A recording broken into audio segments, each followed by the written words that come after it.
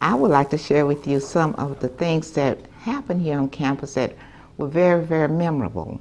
For an example, when I look at the band today and compare it with the band back in 1960,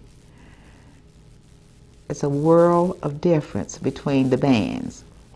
For an example, all of the sections did not have uniforms. I was woodwind, played clarinet. The woodwinds and percussion sections had to wear helmets.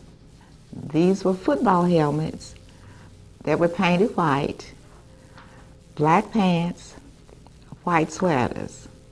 Now the other sections, of course, had the limited uniforms, or they wore the limited uniforms that we had, but not the percussion and the woodwind.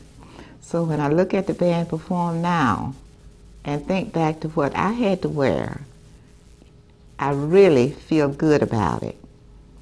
One memorable experience that I had when we were in the band was we had just elected a new governor, and it was his inauguration.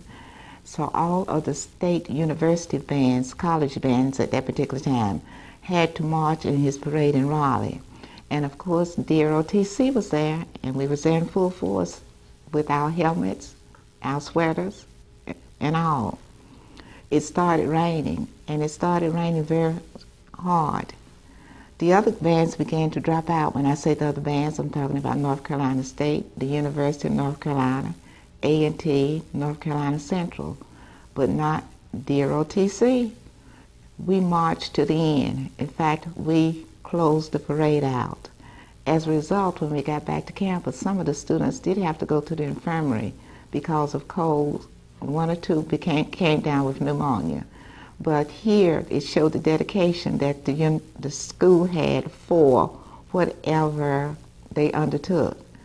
And our band director at that time was Mr. Pickett, and he decided that we were going to go to the end, and we went to the end.